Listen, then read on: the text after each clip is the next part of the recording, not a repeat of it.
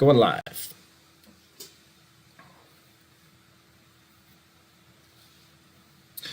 Good evening, pole vault coaches, athletes, and enthusiasts to the pole vault coaching series. It is here that the pole vault community gathers to learn, share, and collaborate. Good evening. Please make sure to follow us on Instagram at Pole Vault Series and subscribe to this YouTube channel. Tonight we celebrate the 1-year anniversary of this channel. This channel grew from the absence of coaching during COVID-19 pandemic. I wanted to provide an opportunity for pole vault enthusiasts to connect and learn from the best coaches while we were not able to actively coach and participate. I would not have been able to do this alone and would like to recognize several great coaches and friends from their hard work and countless Zoom calls to help recommend and prepare for our presentation. Coach Jim B. Miller, Coach David Butler, Coach Todd Lehman, Coach Pat Manson, Coach Greg Hall, and Brian Yokiyama. Without their help, this would not have been possible. I'm now going to pass it over to Brian Yokiyama, the men's and women's pole vault High Performance Development National Chairperson and National Pole Vault Summit Planning Partner. Brian, you can share your screen now. Actually, can I talk first before I? Yeah, you can talk too. Okay. Well, everybody, thank you. Everyone who's turning in today, I want to thank you for participating and being part of this great program that Joel has set up for the committee. You know, I want to take the time to thank the committee and the speakers that have taken part this past year. This is an incredible accomplishment to be able to do this for an entire year. I also want the people listening and viewing this to understand that this has been a total voluntary effort. It's incredible what the pole community has done and what the community wants to do in giving back. It's something that I've never seen happen, and you probably won't see happen in any other sport. It'd be like having all of the Hall of Fame coaches and the best athletes in the sport participate for free to help share their ideas, their thoughts, and their techniques with everybody. Just something that our community is so special and makes it this special community that we have in the pole vault in the United States. Each year at the Pole Vault Summit, we present a very, very special award, the Chairman's Award. The award is presented annually to an individual who's made a significant impact in the pole vault. The awardee is a person whose lifelong work has allowed numerous individuals to reach their dreams and who does so solely because of their passion for the pole vault and its participants, not for the money and not for the recognition. We're really fortunate in the United States to have so many deserving individuals in this community, and this award helps us recognize them for many years to come. And this year's recipient, this has been his dream, his idea, his work, his passion. And during this really difficult time during this pandemic, we have been very fortunate to have the work of Joel Block.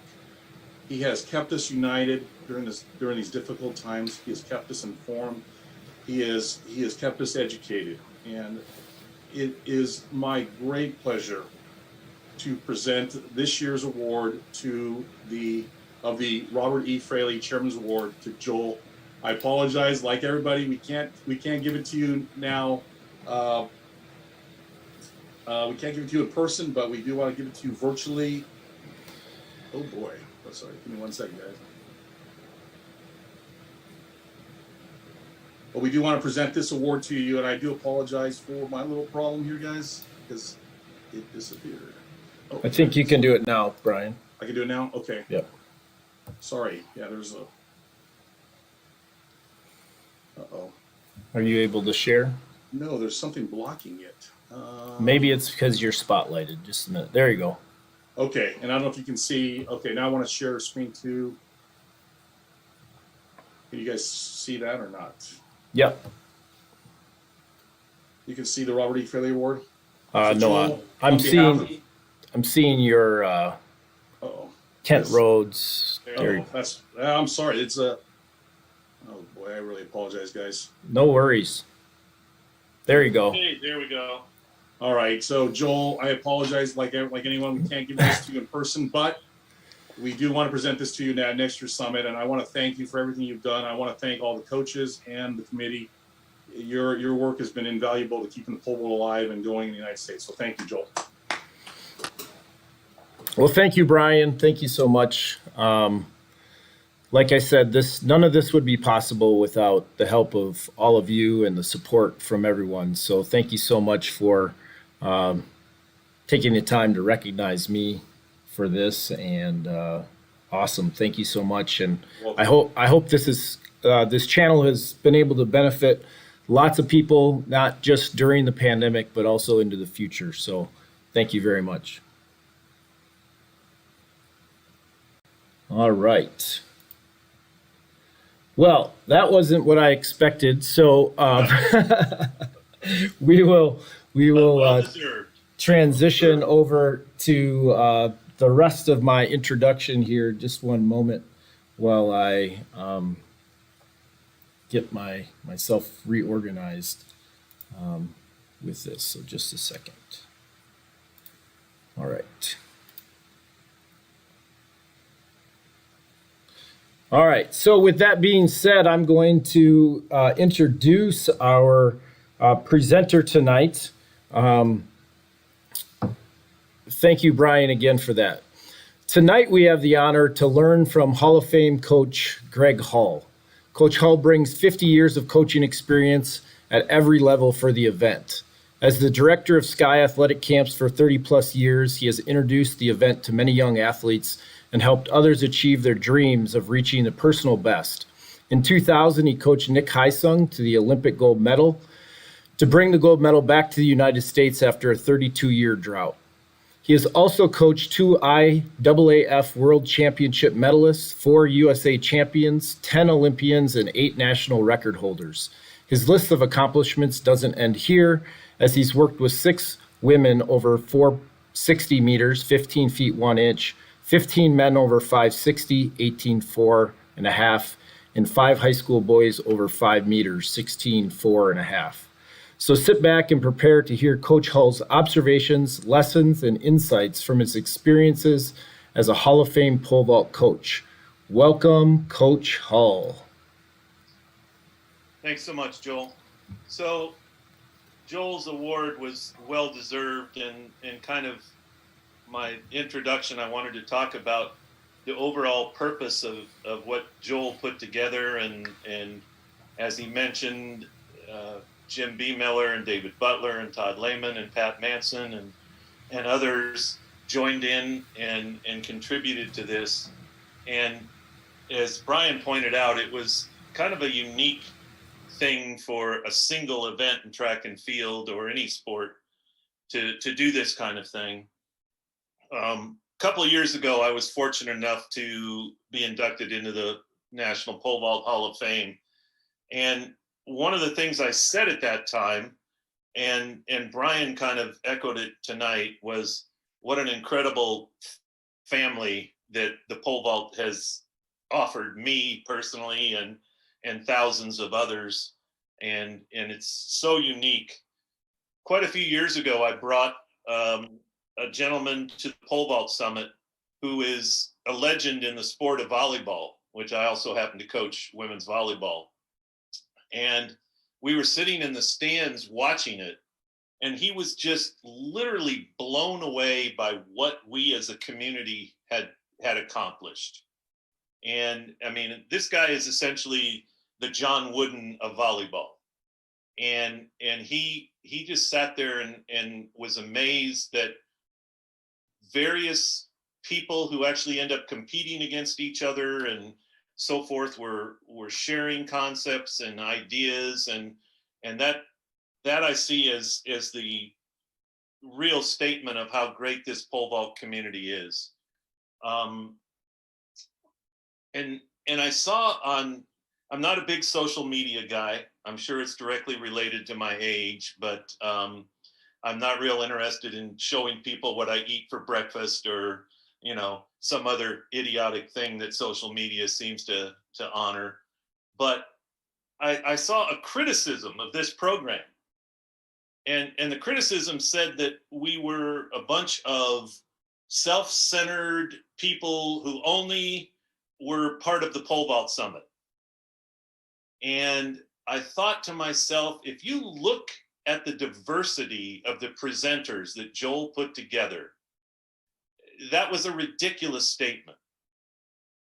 I mean, the people that have contributed to this program have ranged from high school coaches to club coaches to coaches of Olympic champions to some of the top collegiate coaches in the country, people from the Northwest, the Southwest, the East. It's a tribute to our community and to Joel for what he put together, and deserves nothing but praise.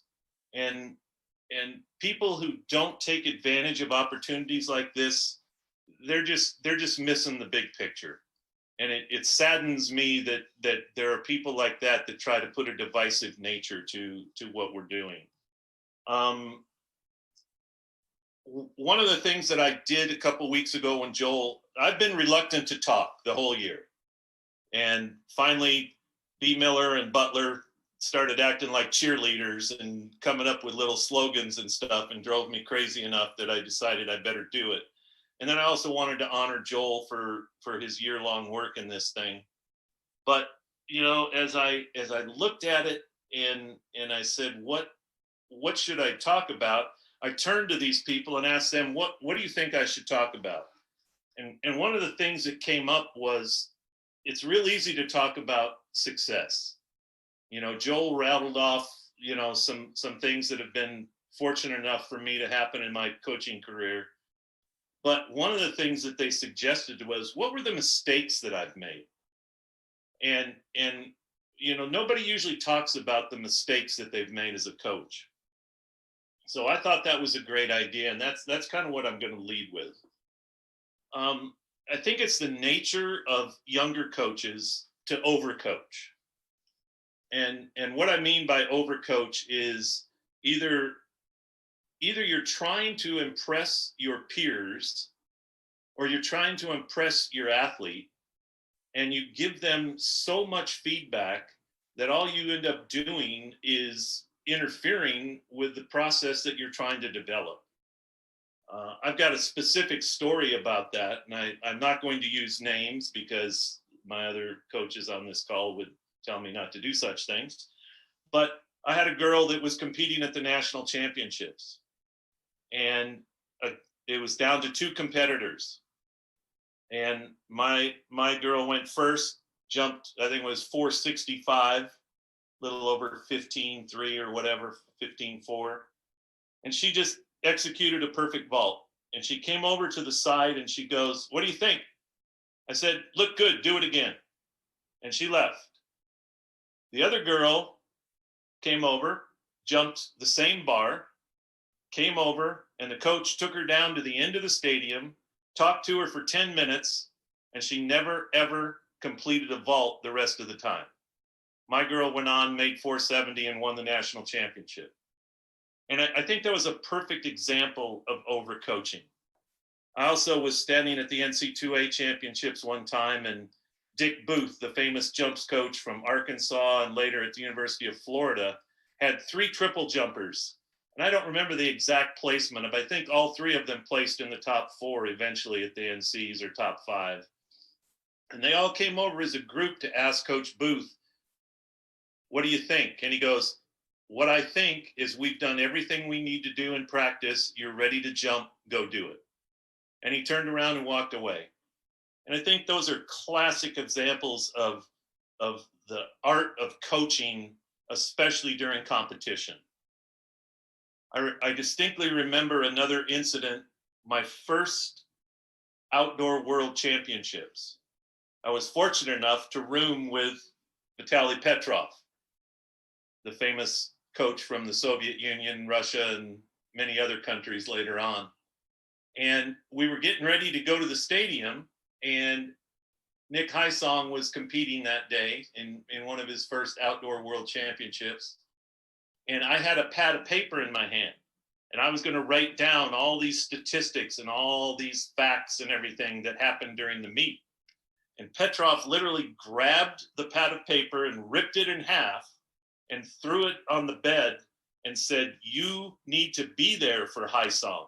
You need to be there in person, not staring at a piece of paper. And it was such a learning lesson for me to understand what he was trying to say. And I really took it to heart. And I think for the rest of my coaching career, I never, ever tried to chart, who's got so many misses, who's doing this, who's doing that, all of that kind of stuff.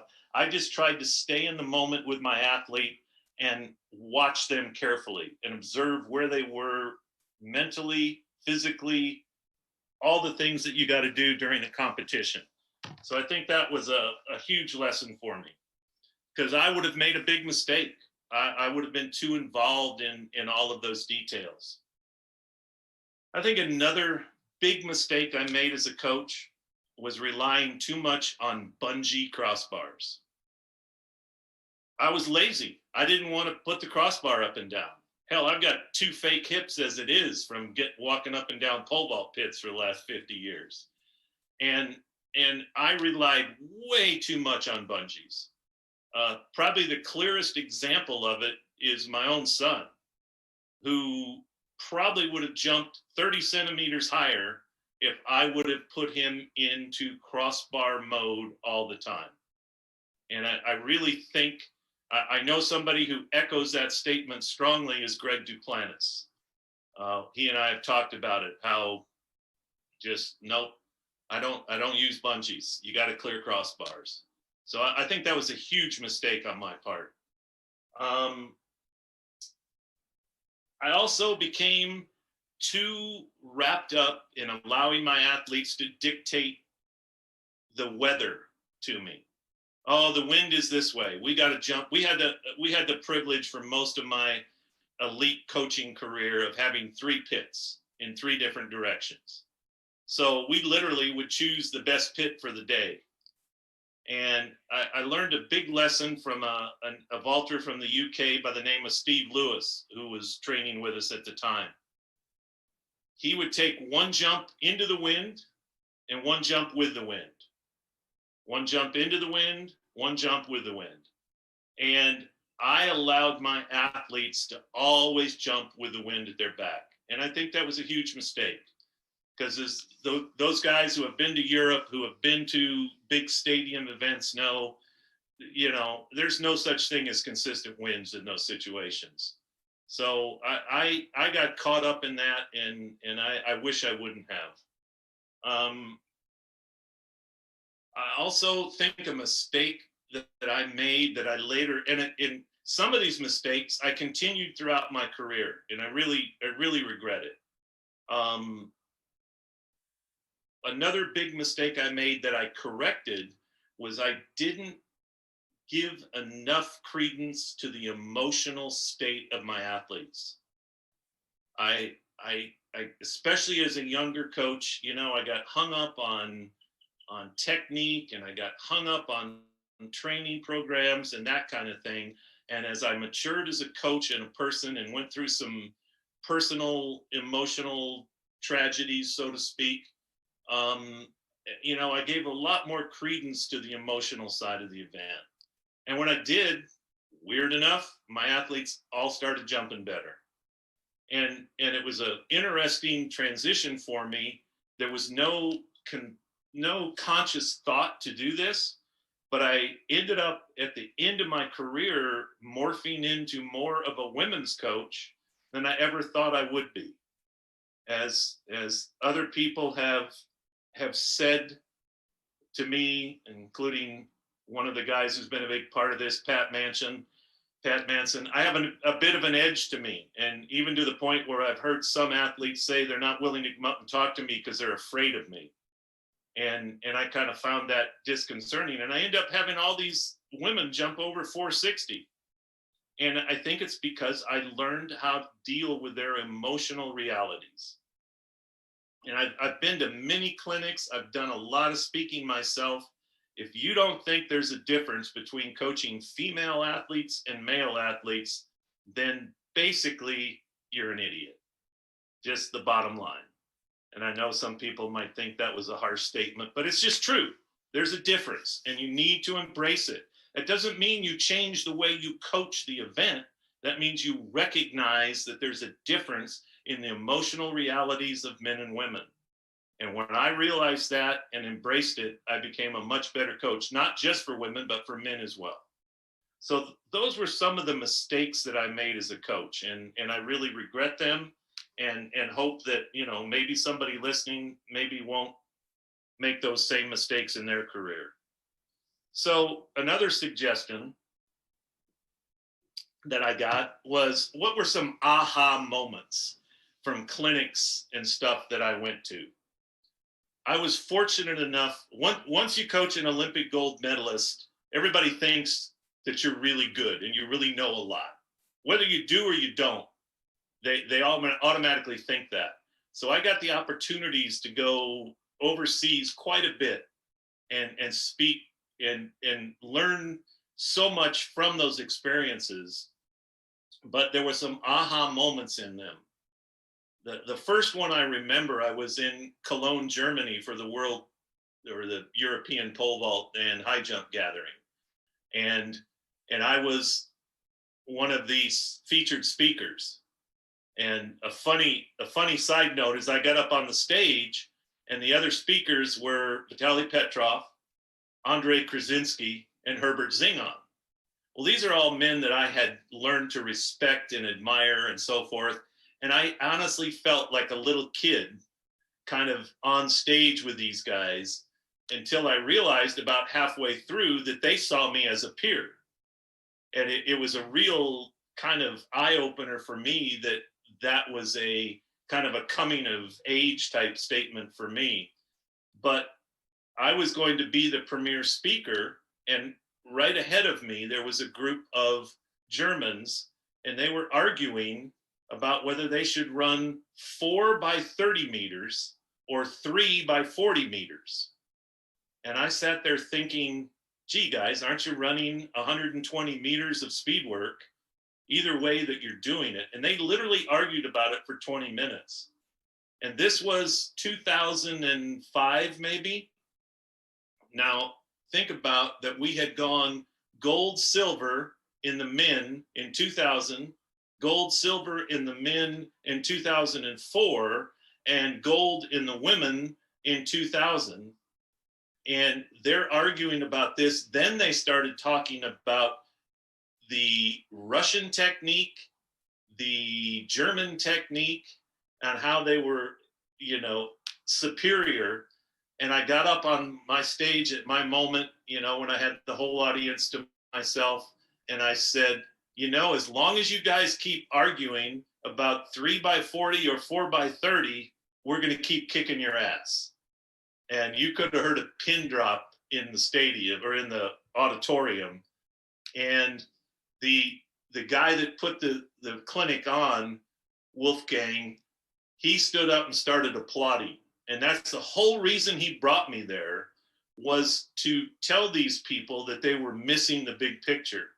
And that was a real, as Jim B. Miller called it, a real aha moment for me as in a clinic situation.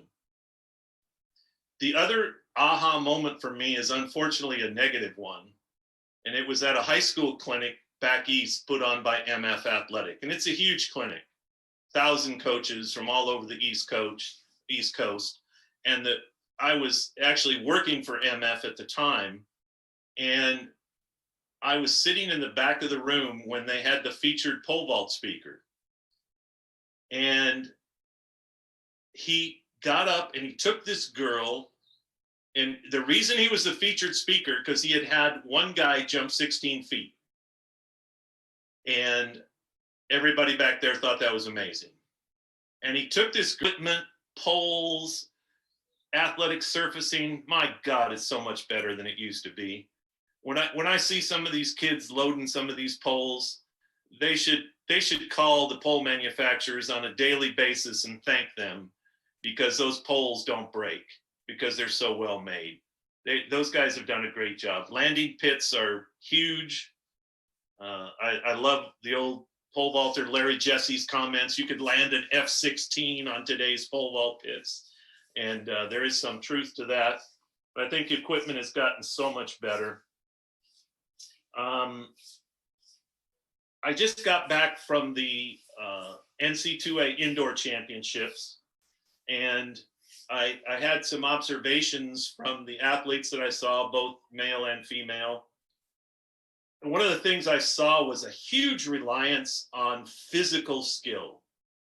To be honest with you, I was disappointed in what I saw as technical skill. There seemed to be a lot of people, if you're fast and you've got a little bit of gumption and you can hold high enough on a pole, you can jump fairly well. But there was this young guy, he was a freshman. He happened to be a foreigner jumping for Derek Miles at South Dakota. He was from Estonia. He was just so much fun to watch because he knew technique was the key. He wasn't the fastest, he wasn't the tallest, he wasn't the strongest, but my God, he knew that the key to pole vaulting is to minimize energy loss throughout the vault. He gained energy throughout the vault, and it was so much fun to watch. So I just wish that we could get more of that. We have so many talented people with incredible spatial awareness, people with incredible speed. And if we could just get them to be more refined technically, we're doing great, but I just think we could see a huge uptick in performance.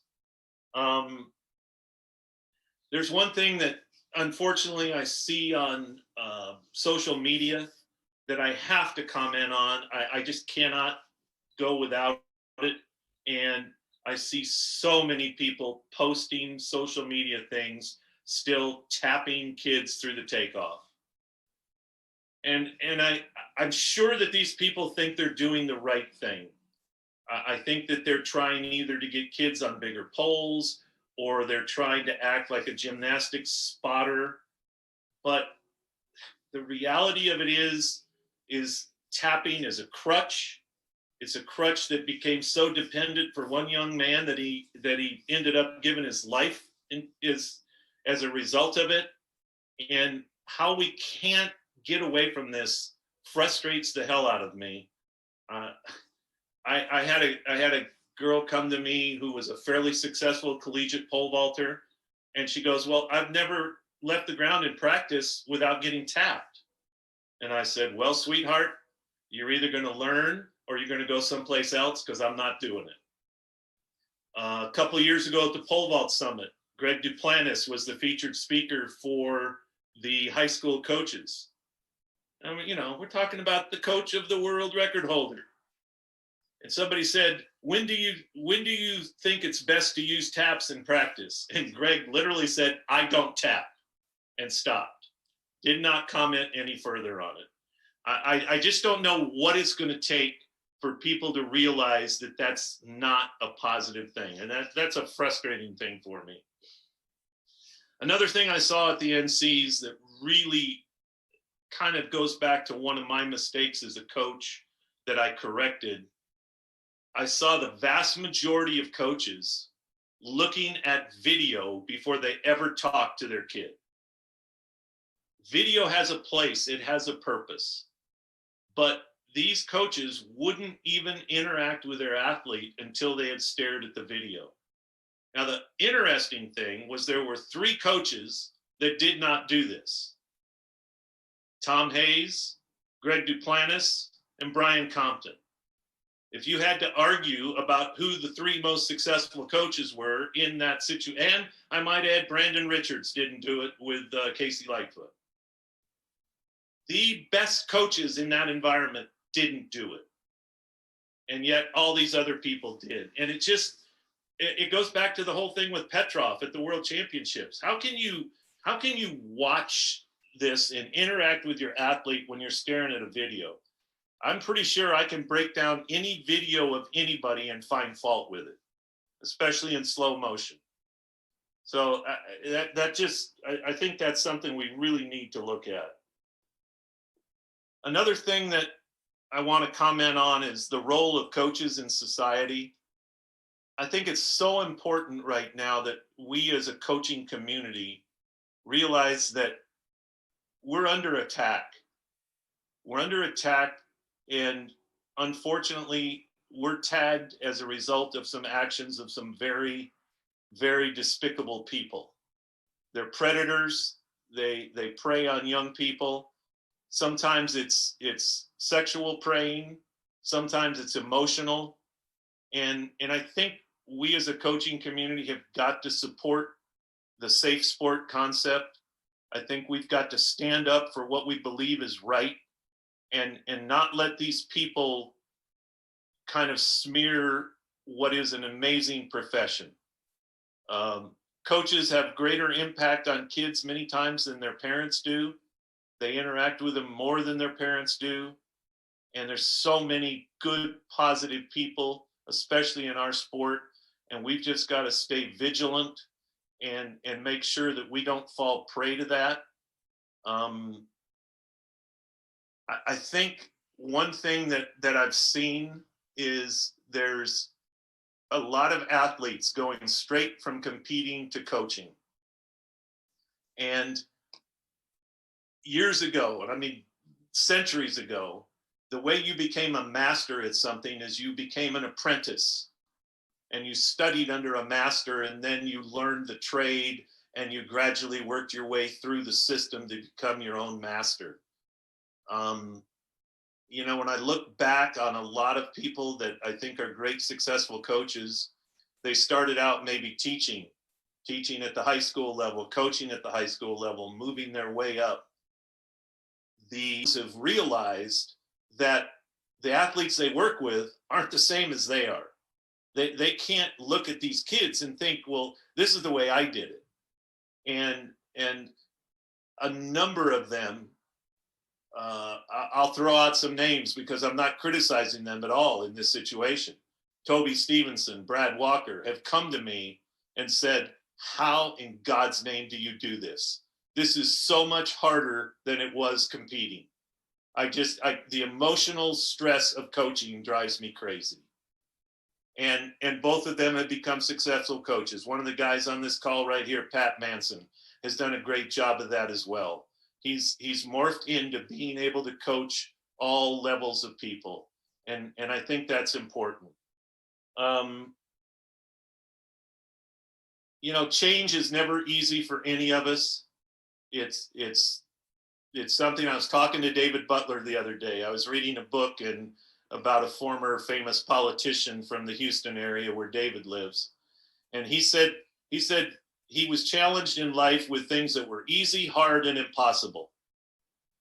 He left easy stuff to other people. He didn't worry about the impossible, and he focused on the hard. And as I've commented on, there's some things that I would like to see changed. That it's going to be hard to change. There's people that are set in their ways. You know, I go back to the statement that you're entitled to your own opinion, but you're not entitled to your own facts. And there's a lot of facts that we deal with in pole vaulting, and I wish people would focus more on those facts. And David said to me, "You're right, Greg, but the reason we coach is the same reason I taught in the classroom. Maybe there were 2 or 3 kids in that classroom who really were there to learn, and I had to focus on them. And maybe there's 2 or 3 coaches listening to this, and we've got to reach out to them because they're the ones that truly want to make changes and they truly want to get better." I didn't plan this as a young coach, but I picked people's brains. Wherever I was, I talked, just asked them. And I sit there and I'm sure I bugged Tom Tellez to death. But eventually he realized that all I wanted to do was get better. And there were many other people like that as I went through. So it's not easy, but it's worth the journey. I was asked last year to be the keynote speaker at the big MF athletic clinic. And even though it didn't happen because of COVID, and my topic was, you are me is kind of the topic, because I was talking to a bunch of high school coaches. You know, I didn't set out thinking I was going to get to go to 6 Olympic games and coach 10 Olympians and Olympic gold medalist. I mean, that never entered my mind. All that entered my mind was I loved the sport. I wasn't that good at it myself. So I just became passionate about being a coach. And the only way I knew to do that was ask as many questions as I could, learn as much as I could, and make mistakes and learn from those mistakes. And so that was what I was going to talk to them about. I'm you. You know, I didn't leave the United States to coach internationally until I was 49 years old. In fact, the other day I was at a hardware store and I ran into Nick Heisong. And we looked at each other and he goes, you know what? I just turned 49. And he's the same age I was when the two of us got on a plane and went to Australia with the hope that we would make the Olympic final, not the hope that we would win a gold medal. And we ended up doing everything right because we communicated, because we trusted each other, and all these kind of things that had nothing to do with training or technique or any of that.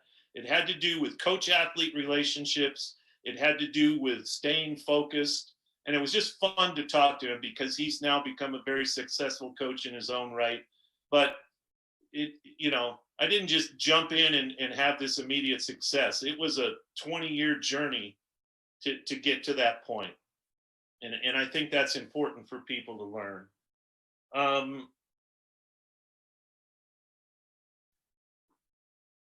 I think at this point in my career, I really want to step back. I've talked to Brian and the Chapels about the pole vault summit, and I'd like to see some other people take the lead role. And yet I still love the sport. I still love interacting with people. When I was at the NC2A championships, it was interesting. 3 coaches asked me an opinion about something that one of their athletes was doing. And the 3 coaches that asked me were probably the 3 coaches that needed my help the least. But they just wanted a second set of eyes to validate what they were seeing. And this is Greg Duplantis and Tom Hayes and Brian Compton. And they do this all the time. And it's the lesson I learned in the one thing I want to say in wrapping this up is there's so many good resources out there. And if you're a young coach and you're not utilizing these resources, you're missing the boat. It's been a great journey for me. I'm not going away, but I really want to see people like Joel and other young coaches take the lead in this sport. And I just want to sit back and enjoy it because I feel like I had something to do with it. Well, thank you, Greg, for those kind of a ride through your successes and failures into the Hall of Fame status that you have. We do have a few questions, so you're not going to be able to leave without answering a few questions and giving us all your expertise on this. First question is, so let me scroll up here just a second here. So how important you've coached individual athletes, but you said you've also worked with groups of athletes and training groups. How important is it for your group of vaulters to mesh as a group? And what did you do to kind of foster this type of atmosphere to create a cohesive, successful group of vaulters? Great question. I will preface it by saying in 2012, I was sitting waiting for the shuttle bus at the London Olympics. And I was sitting with John Smith, the famous sprint coach from Southern California. And we're sitting in the rain waiting for this bus that's an hour and a half late. And that was all we talked about, was how do you build a successful group? And our agreement in 2 different avenues, sprinters versus pole vaulters, was that this may be one of the single most critical elements to success, is how the group meshes. I would like to tell you that I had some crystal ball and in interacting this. what I learned as I went along was to ask the athletes, the ones that were there and trusted me. Okay, so let's say I had 3 athletes and somebody wanted, well, I'll give you a specific example. I was coaching Nick Hysong and Stacy Dragila at the same time. And so both defending Olympic champions. And then I added a new person to our group. Just happened to be a guy that jumped 605 and was the world champion, Dmitry Markov. And so, number one, how the hell do you get a group like that in life? You know, that wasn't going to happen again. Both defending Olympic champions and the defending world champion. And for me, it was this amazing learning experience. But Dimitri and Nick didn't fit. Dimitri and Stacy did fit, but they had such different goals that I ended up working 2 different sessions with them. And it benefited both of them. And yet, as I went through that, then I thought, well, maybe I should have said to Nick and Stacy, what do you think about Dimitri joining our group? And maybe I would have got some feedback on it. So as I got along and I had bigger groups, one of the things that the group had to do was they had to agree to bring this person in. And we had a number of people come from literally different countries, different parts of the United States. And there were 3 or 4 times where the group just said, nope, don't want them in our group. We see it as a negative. And there were other times when they said, bring them in. And that's exactly what John Smith told me that he did with his sprint group. That bringing certain people into it was just like bringing this negativity to the group, and there wasn't any part of it. So at the elite level, that was easy. At the high school level, I don't know that you could do the same thing. But I will say that it's a critical component to success, and you need to be aware of the group dynamic. Excellent. So sticking with kind of a practice session and the group dynamic, in terms of a session, and you have a handful of athletes with you, and you might have a plan for the day of what's going to happen. Do you ever have individual conversations with the athletes to then kind of sense where they are for that day, and then make specific changes to their workout or their plan if they are on or off or other things like that? Every time. There was never a session that wasn't a consideration. I was fortunate enough for the last 4 or 5 years of my full-time coaching career to work alongside Dan Path. And Dan has a wealth of knowledge, a wealth of experience. And that's all we ever talked about was how did we adapt today's workout to fit where the athlete was at that given moment. And if you're not flexible as a coach and have a plan B, C, and D for the practice session, then you're not doing all of your athletes service, because it's a silly old coaching statement, but you don't fit the shoe to the athlete, you fit the athlete to the shoe. And that was part and parcel of everything that we did.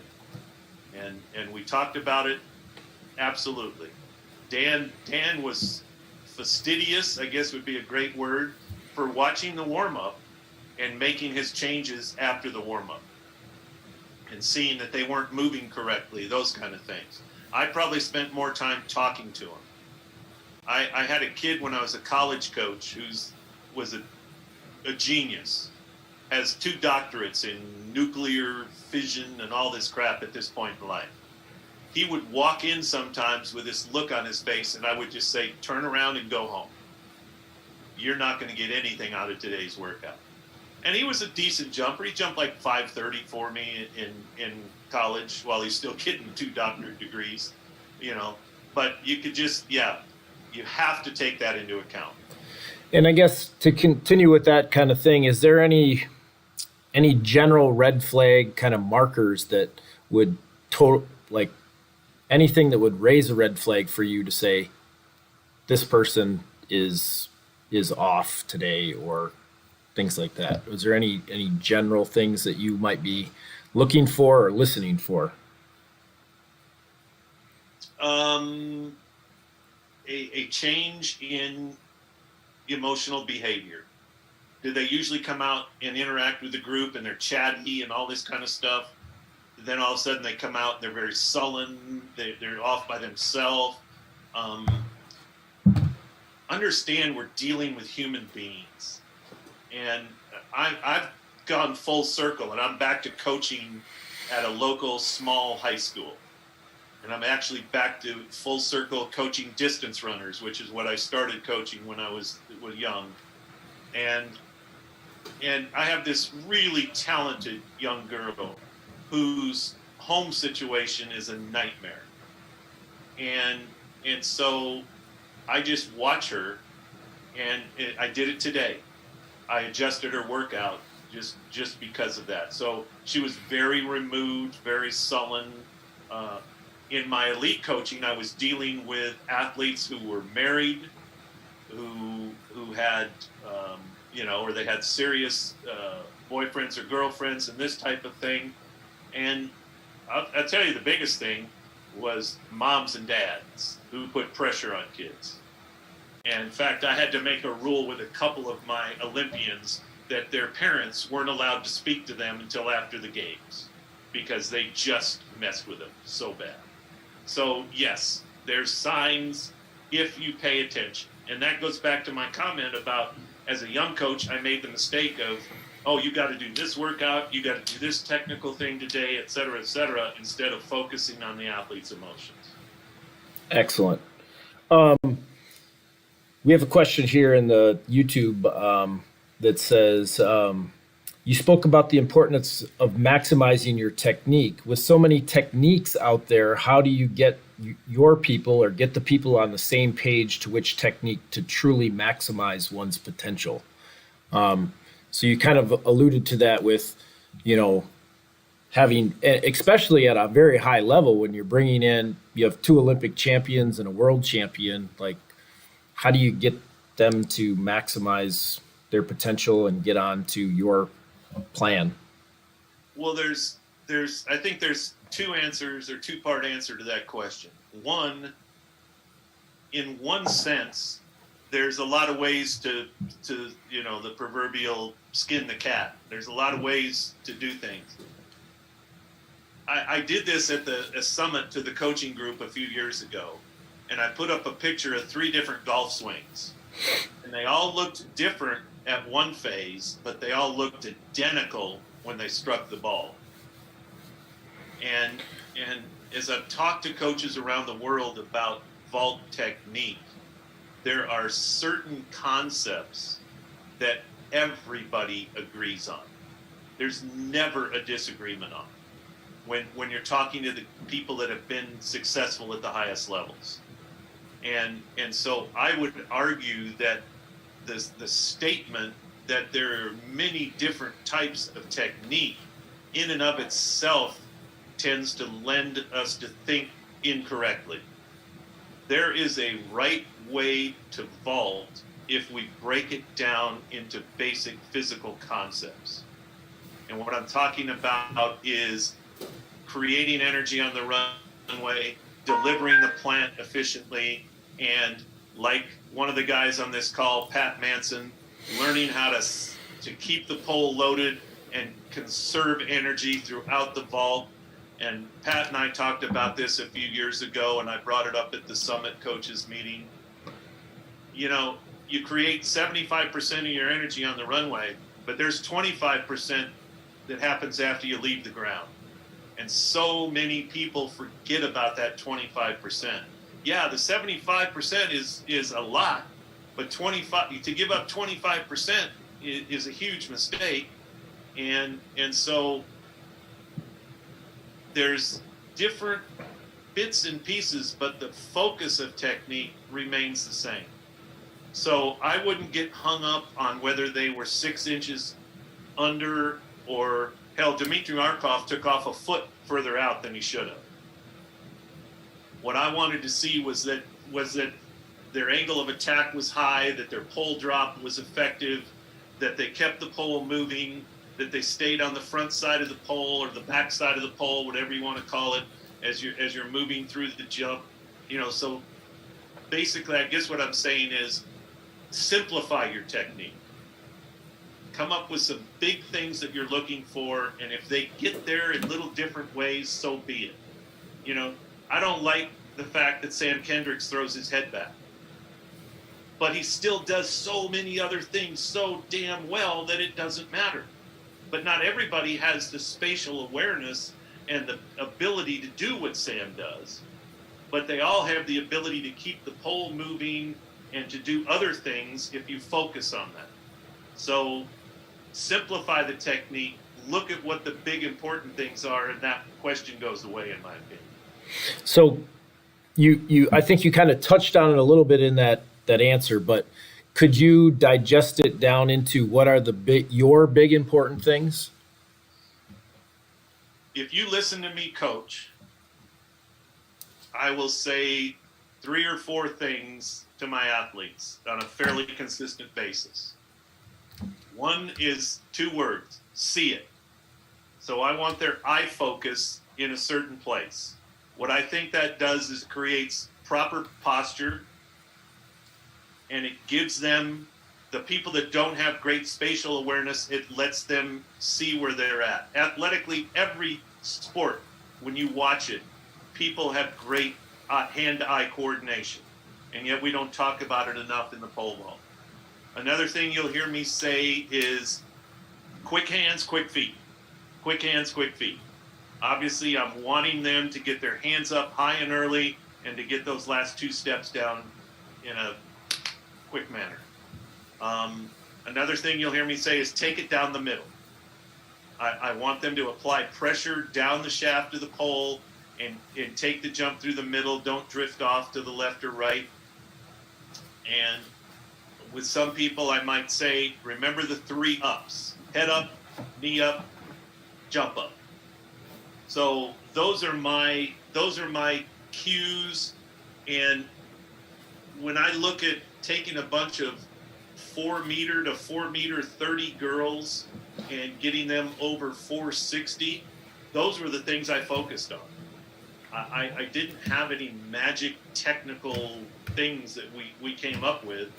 And then it comes down to, is the vault conserving energy or even gaining energy? If we could accomplish that, I didn't care. I'm not hung up on steps at all.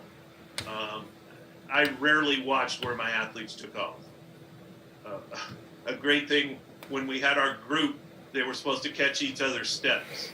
And my favorite person catching steps was Dmitry Markov, because all he said was, too close, and he turned around and walked back down the runway. Because everybody was too close in Dimitri's opinion, because he wanted to take off at 15 or 16 feet. But the other people say, damn it, where was I? And they got all hung up on it. But, I watched Lavillenie take off one day at 12, 13, and 14 and make all 3 jumps and look pretty damn good doing it, because he knew that he had to alter what was going on in the air because of where he took off. So anyway, I hope that answered that. Yeah, definitely. Let's see. This is a question from the coaches on the panel here. If you could select a situation in which what you felt was your best coaching job, like where you did the best job of coaching, who would that be, or when would that be? Getting one of the slowest women to ever walk on the planet Earth over 10.6 might have been my greatest coaching job ever. She's now got 2 graduate degrees from MIT, but God bless her. That could have been at more at the elite level.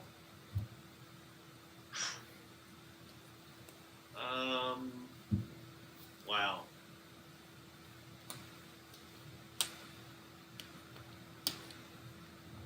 That's a tough one for me. There's a few different examples, but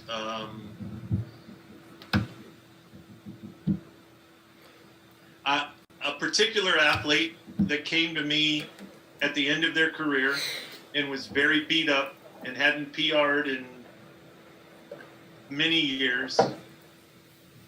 And one of the few athletes I've ever said, you need to come train with me because you're training with the wrong people. I never used to do that. I've never done it except with her. And incredibly talented, but incredibly beat up. And I changed her by getting her, and she won't be listening, but few people might know who I'm talking about. I got her to sing while she did her running drills. And she sang that I'm so pretty, oh so pretty. And I got her to stop running the way she was running and change the way she was running. She got over 460 and just missed 470 before she got hurt again. That might have been my greatest coaching ever, because it wasn't because I became this incredible technician or any, I didn't alter her training programs, all this kind of stuff. I just recognized what she needed and came up with a creative way to deliver it to her and get the message across to her. Awesome. Thank you. The question here that takes us back to Nick and the Olympics. When you were at the Olympics with Nick, what was the most important thing you did as a coach to help him earn that medal? You alluded to some of those things, but that you kind of touched on, but what did you? So there was a survey done after the Sydney Olympics by all medalists in all sports. I've commented on it before. And when you get to that level, everybody's good. What? Nick made 590, three other guys made the same bar and actually all made it cleaner than he did. So you get to that level, everybody's stinking good. So what little things, the questionnaire said, what separated you to get on the podium from your competitors? And they asked all of these athletes, and the number one response was how I treated friends and family at the Olympic Games. And I'm like, what? It wasn't because you had some amazing coach. I wanted to feel good about myself. It wasn't because you had some amazing training technique or all this kind of stuff. How I treated friends and family. The second response was how I handled the media. And the third response was how I interacted with my coach. So the media part wasn't important for Nick and I. We had a plan a couple days before the prelims that we were going to get on the train that took us to the Olympic Stadium, because it was quite a ways away in Sydney. It was out on a old landfill that they turned into the Olympic Village. We were going to do a practice run for what was happening that day, the day of the prelims. So I go to the hotel to pick him up to go to the train, and his mom and dad and sister and his wife are all there, and they want to go tour Sydney and go to Bondi Beach. And Nick looks at him and says, Greg and I have a plan. You do what you're doing. We're doing what we're doing. It wasn't some magical plan that we had. It's just that we stuck to what we thought we should do. And then once we made the final, which was a surprise for both of us, we walked to the practice stadium, and instead of sitting there and overcoaching, which was my nature at the time, I wanted to talk to him about, this is what we need to do. This, we got to be on this pole, we got to do this, we got to do that, blah, blah, blah, blah, blah. I put my hands on his shoulders. I was sitting behind him in a stadium, right off the warm-up track. And I said, damn, this would be a good day to have some fun, wouldn't it? And I just squeezed his shoulders and rubbed him. That's all I said, And then during the competition, I wasn't able to get too close to him, but I was sitting with a couple friends, and he missed a jump rather badly at, I want to say maybe 570 or something. And he just looked kind of like a deer in the headlights. And I jumped up, and to no people's surprise, I said, get your head out of your ass and act like you belong here. And I screamed it at the top of my lungs. And he looked at me and came down, and 2 jumps later, he planted the biggest pole he'd ever planted and got over 590, and that was the winning moment. So those little things that may be surprising were probably the difference in what happened. Awesome. Thank you. We have another question in the YouTube that kind of relates to, well, it goes back to the kind of the situation that we've been through in the last year. What effect do you think the past year will have on the event of the pole vault, short term and long term? Interesting observation. At the world level and at the collegiate level, there have been some incredible performances. And I'm talking about across the board, distance runners, jumpers, pole vaulters. I mean, just people doing really, really well. So maybe the message that the pandemic has sent us is prepare more and compete less. And I really think if I talk about another mistake that I made early weekend, and I fell into letting them have that trap, and instead of saying, no, these are the meets we're going to jump in, we're going to follow this training program. And I think what the pandemic did is it forced people to go back, work on their weaknesses, and train correctly, and then compete when they were ready. And I think we've seen it across the board. Excellent. Yeah, I'm excited to see kind of where this continues to go through the outdoor season. Yeah. Let's see. I got a couple other questions here. Are there any jumps or meets or performances that stand out to you from your athletes that just kind of really, really stick out as like experiences that you'll never forget? Besides maybe Nick. How do you not remember the gold medal in the Olympics? I mean, that's obvious. Yeah, I've got a couple. Stacy Dragila in Ostrava in the Czech Republic. We had been working on changing some things in her vault. And to her credit, she was willing. Here's the Olympic champion and world record holder who was willing to let me make changes in her jump. Not always, we didn't always agree on everything. And if she happened to be listening to this, she would chuckle. But at that particular day, she did what we had been working on. And we had put the bar at the world record, which at the time was 482. So we put the bar at 483. And there was a light rain, and she was jumping into the sun. And she came down and just big high hands, created tons of space at the takeoff, did her beautiful classic shoulder drop and turn, and smoked the bar. And almost landed in the back half of the pit. And she came over. Now this is a world record, at least we thought it was. This was a world record jump, and she came over and goes, what do you think? I'm not sure that was that good.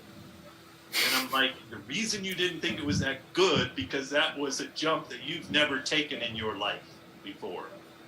And I just remember that moment so clearly. And unfortunately, they took the world record away from her because for some strange reason, they decided that the indoor mark now was superior to the outdoor mark and called that the world record, which had never happened until that moment. It's interesting you share that because I think she shared that story as well when she met with us. Yeah. And the other part of that was she didn't have her Oakley sunglasses on. And 10 minutes after the jump, the Oakley rep calls and says, "What the hell's going on? Where are your Oakleys?" It was raining, that's why. Oh, God. But that one stands out. And the second one, I had a girl by the name of Tori Pena who was... Her grandmother was Irish, and Tori had been raised and been to Ireland a number of times. and was representing Ireland, but needed an Olympic qualifying standard. And we were at a very small meet in Cerritos, California, and there must have been 50 family members sitting there. And she needed to make, I think at the time, she needed to make 4 meters 50, which she had never jumped before. And I've been working with her for about 9 months, and she made it. And the family went crazy. And the grandmother, who was born and raised in Ireland, comes over and grabs my hand and starts kissing it. And goes, Mr. Coach, it's so wonderful, you know. So that's a hard one to forget. Awesome. So you at the lead out to this had mentioned, you know, that you were going to maybe take a step back from doing some of the things you've done, but you've all been very successful at running a camp, organizing your Sky Athletics, and getting that kind of up and running for long periods of time. Your success at the Pole Vault Summit. So you've had done a very good job at leading groups of coaches. And so as we talk about, you know, grooming and getting other coaches ready to maybe take on some of these responsibilities and lead other groups of coaches into the future, to continue the success here in the United States. Are there any key takeaways or successes that you could attribute to kind of your development of these coaching communities?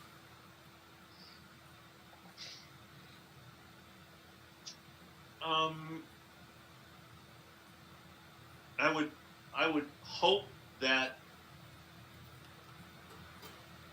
one of my goals was to diversify the summit staff. One of my goals was to become an advocate for getting more females involved in the coaching community.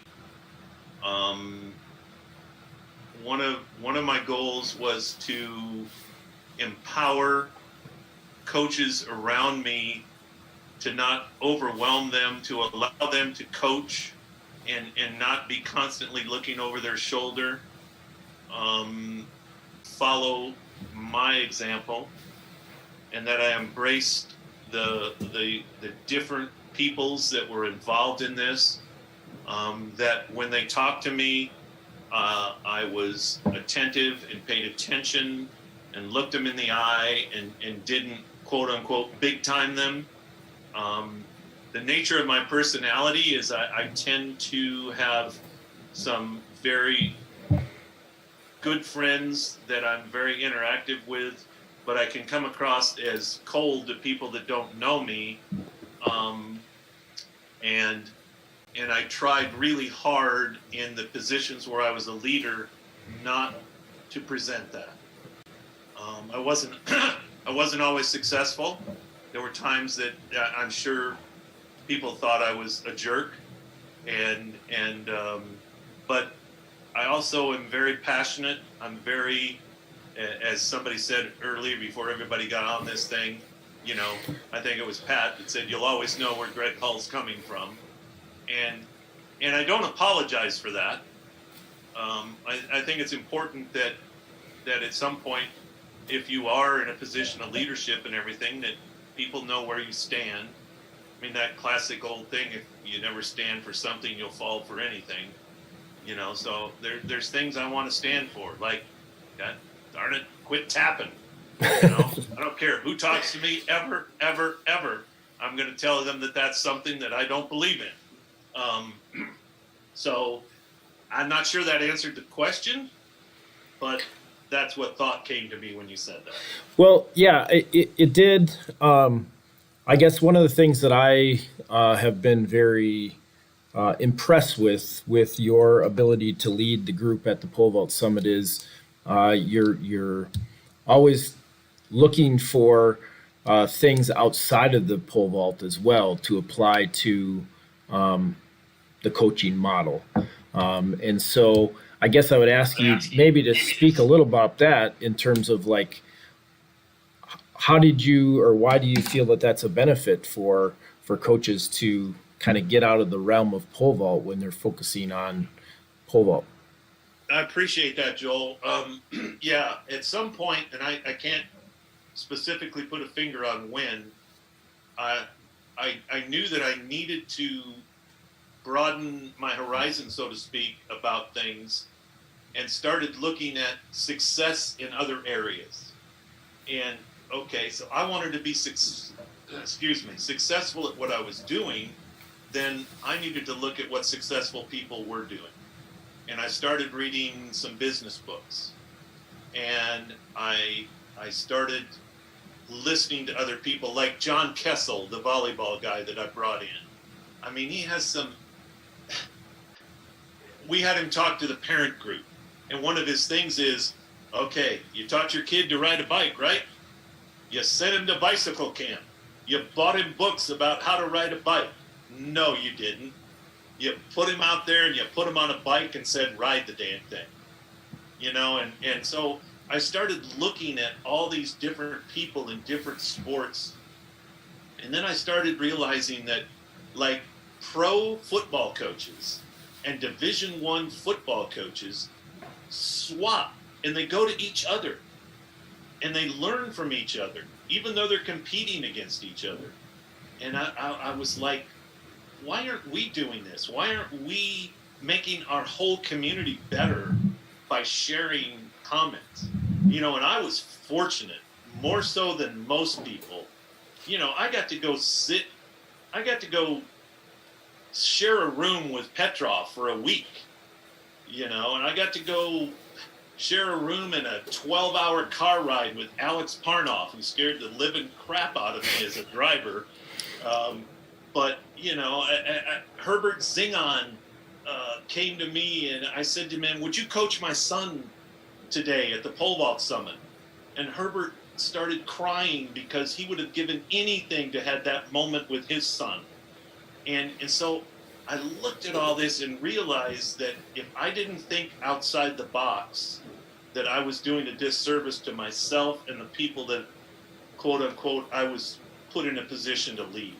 So I think that's what forced me into that. Awesome, thank you. Is there, and kind of playing off of my comment there, it always seemed as if there was some type of, you'd oftentimes reference books or other things like that. Are there any particular book titles that you would throw out that are, you know, substantial for that leadership and that leadership model and things like that? Well, one of the ones I did a presentation on was the business book Good to Great, which basically says there's a lot of people that are good, but how do you become great? And so I would really recommend that. And if you read it with the idea that you're a coach, all of the concepts become valid. Wow, there's so many, Joel. I don't know that I could pop you off the top of my head. One of the things that I ended up presenting a lot at coaching clinics was a title called The Art of Coaching. And The Art of Coaching involved a lot of things. I mean, I took quotes from, goodness gracious, what's his name? Oh gosh, I'm thinking about the paraplegic guy that was so brilliant. You know, the theory of everything. Mm-hmm. And here's a guy that was trying to define everything in one theory. And goes back to one of your previous questions. Well, how do you develop whether there's all these different techniques in the pole vault? This guy was trying to come up with a theory of everything. And we're arguing about different techniques in the pole vault. How about we focus it down to the theory of what's really important? God, what's his name? Somebody tell me. Stephen Hawkins. Stephen Hawkins. There we go. Yeah, Stephen Hawkins, the theory of everything. So I'm an avid reader. I've been a reader my whole life. And I just started applying those things to my coaching. So I don't think you can go wrong almost with anything if you look at it in the right perspective. Awesome.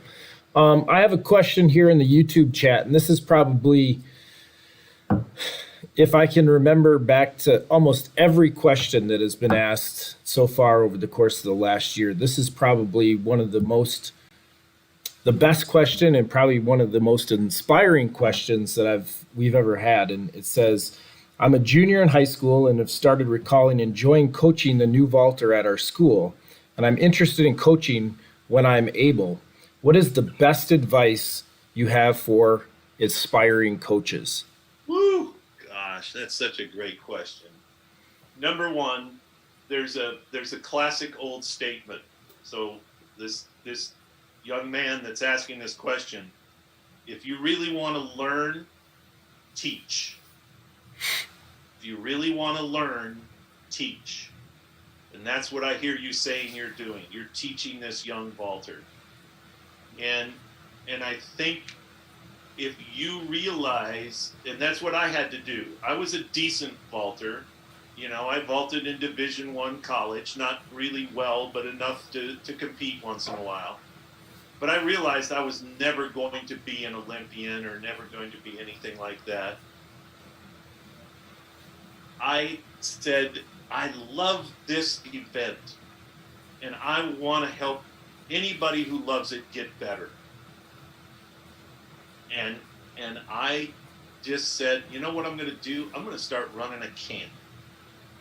And I did it at a local junior college, 2 nights a week for 6 weeks in the summer. And 45 years later, I had a staff of 25 people and 120 kids at a summer camp. And it grew to be this dream of mine. But I would say to you that if you truly have a passion for the event and you truly want to help others, then learn as much as you can, read as much as you can, ask as many questions as you can to other people. But at the end, just be true to yourself, be true to those kids, and do what's best for them.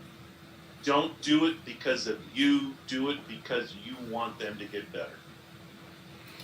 Yes, and to the student that asked the question, you know, coming to this and watching this presentation and any of the other presentations, know that the people that presented on this YouTube channel are always willing to offer a hand, give some more of their expertise outside of the YouTube channel. So, you know, reach out to those people, reach out to me through this channel, and I can help get you connected to those people so that you can get more information if you would like from there. I was having just a little bit of a streaming issue, so I want to make sure that that's clear to them. All right, so Yeah, Joel, just to go ahead. follow up to that young man's question, that's all I ever wanted to do was people that love this sport. I wanted to help them be the best they could be. There was never any other motivation for me in this sport. I didn't aspire to be, you know, et cetera, et cetera, et cetera. I just wanted to help kids. Excellent. Thank you, Greg, for that. And then I have one final question here before we kind of wrap things up. And this comes, you know, being a highly successful coach. We have in the Olympic year. Do you have any predictions on what you think who is going to medal in the men's and the women's competitions? I don't have a crystal ball, but I think I would be willing to put a lot of my retirement money on Mondo. Let's put it that way. He's doing everything right and has been his whole career. He's got incredible parents guiding him.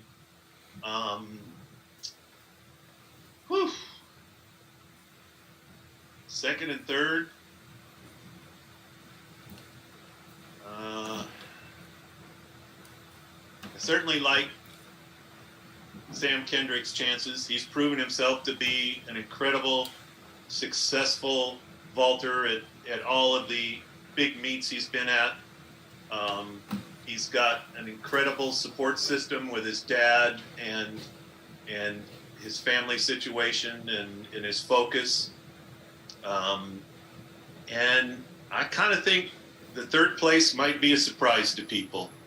It might be a young gun like Casey Lightfoot, who's just jumping out of his mind and do something like that. But I just like the chances for Mondo and Sam to continue their dominance at the world level. On the women's side, I think it's a little more wide open. Sandy Morris is incredibly talented and has proven successful at that high level. I love Sidorova's vault, the Russian girl. I mean, she's just a technician that I just enjoy the way she jumps. You know, I don't know that Katerina Stepanidi is done yet, so she might be in there. And Holly Bleasdale from England has stuck her nose in very successfully. Yeah, I'm not a gambler, so I'm not going to put a lot of money on it. But the one thing I would say is I'm pretty confident that this is how I always told my athletes when we went into world championships. You know, we can't predict what other people are going to do. Just make it hard for them to beat us. You know, just do the best we can do, and then that's going to be hard for them to win. And I would say that's what we got to think about. And I think Mondo's going to make it that way. Awesome. Thank you, Greg, so much for that. So just a minute here. I'm going to make one quick change there so that's going to bring us to a wrap tonight for our pole vault coaching series year 1 anniversary. Thank you for all of you who have taken the time to join us tonight and over the past year. As we transition into more, or I should say less COVID restrictions and back into a more competitive season for track and field, I'm going to try to continue the pole vault coaching series, but it may not be as regular as once a month. But please like and subscribe to our YouTube channel, and that will keep you updated, and follow us on Instagram, as I will continue to give you updates and information on that. And we look forward to the summer, the Olympic trials and the Olympic Games. So thank you all for attending tonight. And if you have any questions or have any suggestions for presenters, please reach out to me on the YouTube channel. Thank you very much and have a good evening. Good job, Greg. Thanks, David. Cool. Well done, bro. I sent you a video. What is this? I just picked up the chat thing. What did Matthew say? Bobcat? No. Bobcat. When you were making your accents about Tori's grandma. Oh, Yeah.